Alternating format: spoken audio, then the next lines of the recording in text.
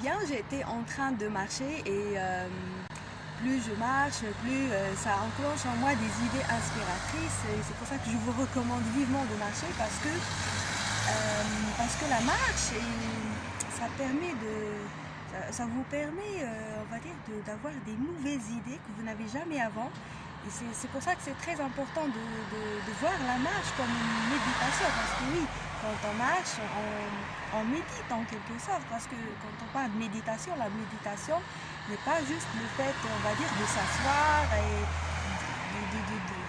de ne pas bouger et de fermer les yeux. Non, là, on peut très bien méditer tout en bougeant, tout en étant en action, tout en marchant aussi. C'est très très important de marcher en méditant. Eh bien, mais je voulais partager avec vous quelque chose qui m'est venu à l'esprit à l'instant et c'est très très important. C'est par rapport à, on va dire, à la discipline, tout simplement parce que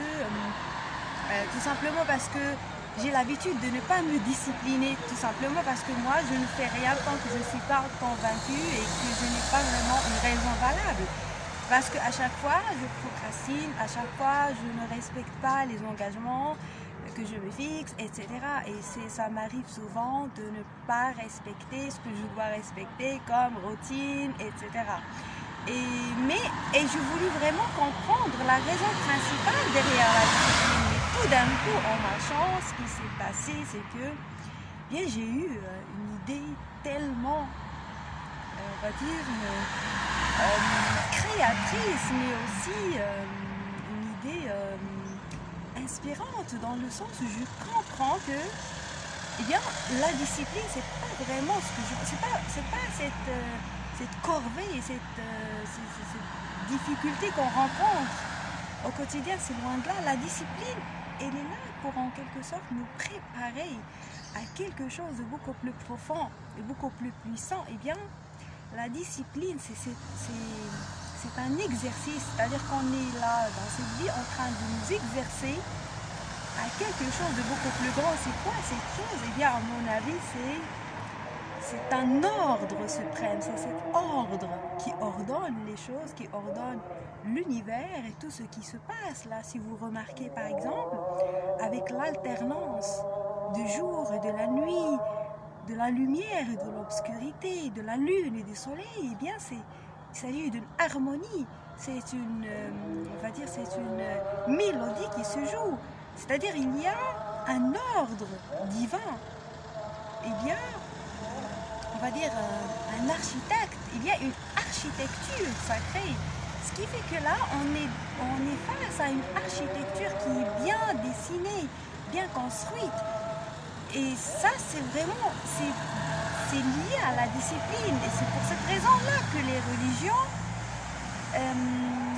là, je ne sais pas, ça c'est aussi c'est pas un hasard, c'est plutôt une synchronicité.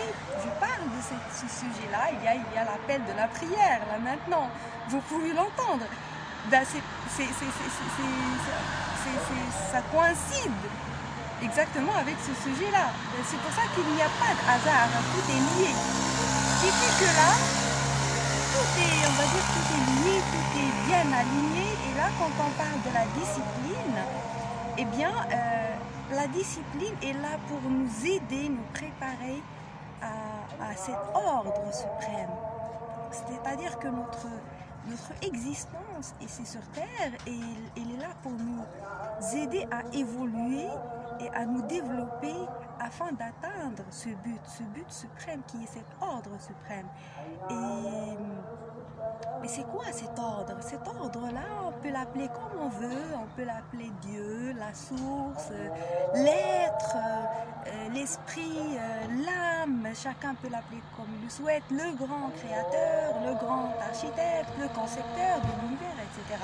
Ce qui fait que chacun peut le nommer comme il le souhaite, mais peu importe la nomination, eh bien ça va toujours désigner la même chose.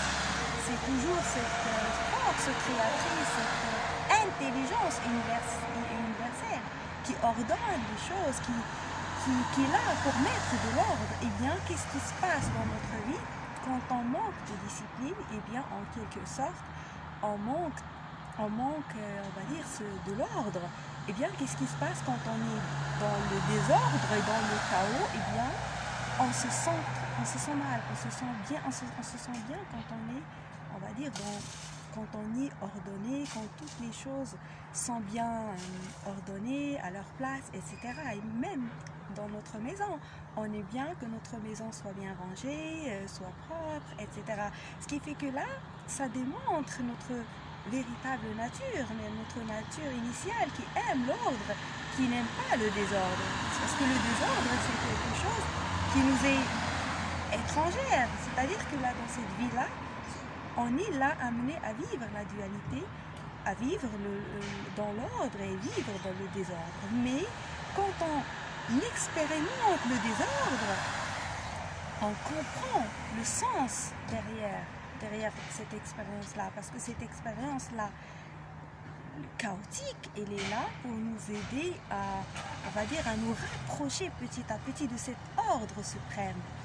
Et ça, c'est un degré de conscience assez élevé, parce que c'est le but ultime de notre existence et de notre âme, c'est d'atteindre c'est-à-dire cette illumination, cet éveil où on se rend compte, c'est-à-dire on comprend qu'il nous semble véritablement, on revient à notre source véritable qui est toute lumière et c'est-à-dire qui est créatrice. C'est-à-dire que là, nous sommes des êtres créateurs, mais on l'ignore souvent malheureusement grâce à cette dualité-là, parce que qu'est-ce qui se passe dans notre vie? Bien, on vit la dualité parce que on ne peut en aucun cas connaître notre potentiel créateur sans passer par cette expérience-là. On ne peut pas connaître la chose sans son contraire. Et c'est pour cette raison-là qu'on est amené à expérimenter le désordre, à vivre dans le désordre,